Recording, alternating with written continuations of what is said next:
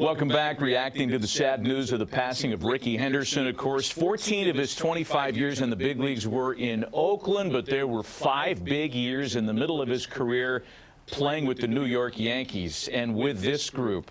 And when Don Mattingly got his eyes on Rickey Henderson as a teammate the first time in 1985 when he walked into the Tampa clubhouse in spring training, he said what? Let's ask Donnie himself, who joins us under tough circumstances. Donnie, thanks for a little time on a tough day for all of us in the baseball family.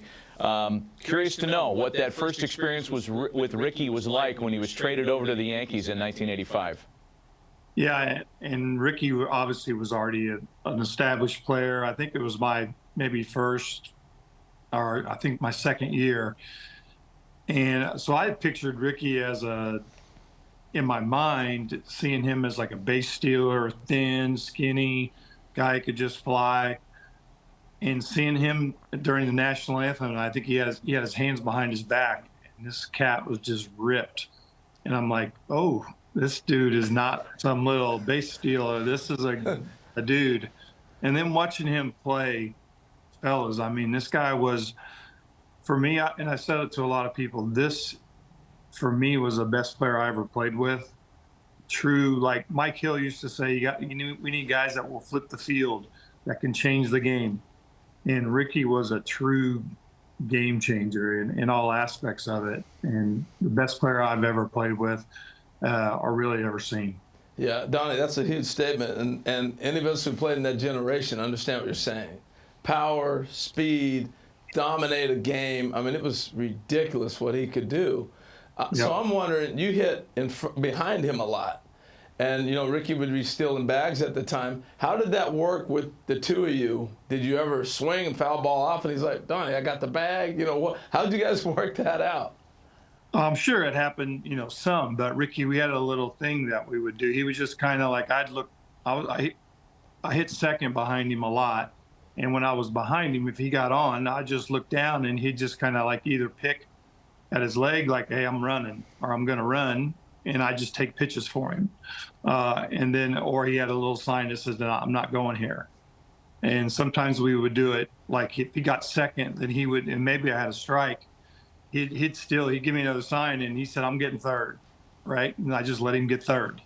And so basically my at-bat was, you know, letting Rickey get second, let Rickey get third, and then hopefully if I got a couple strikes, just put a ball in play. And but truly amazing, you know, how he changed the game. And like you said, power. I mean, he hit a ball in I should say, the old Yankee Stadium in the upper deck in left field. And guys that have played there, that is a bomb. And Rickey had so many different things he could do and different ways to beat you. And the best part of Rickey is his personality. I mean, he wasn't afraid to pop his collar, talk trash, all that. So you got to give me, everybody has a Rickey Henderson story. You got to have something in that vein. Oh, Rickey was like for me, like what I think about the most is the umpires, because he had this zone. He didn't swing. And Rickey would take a ball right down the middle and complain. And it would be like he'd be working the umps the whole time. And it was pretty amazing. I'm sure he irritated a lot of them, but you know what? When you keep complaining, you get calls. And then he would kind of flip that bat down when he walked, and it's like, okay, now you got to deal with me over here. And he was just fun to watch.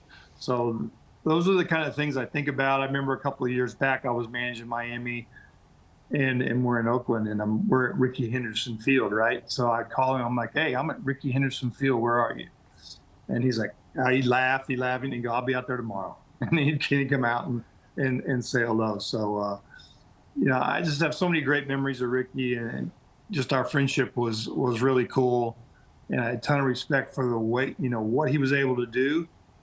And you learn a lot from the standpoint of, like, people would kind of go, you know, Rickey doesn't play hurt, or, you know, he's not playing today, or he's a little banged up.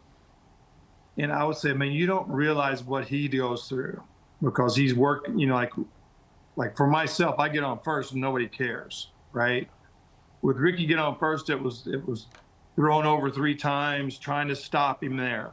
You know, he's diving in the outfield. He's stealing bags, diving, taking, you know, abuse to the body. And he knew how to take care of his body. And when he wasn't right, then he didn't play. And you look back and go, how smart that was. And obviously the length of his career, you know, kind of talks to it. Donnie, we appreciate the memories. We appreciate the time on a sad day for everybody in the baseball world. Thanks for taking some time with us today. You got it, fellas. Great talking to you.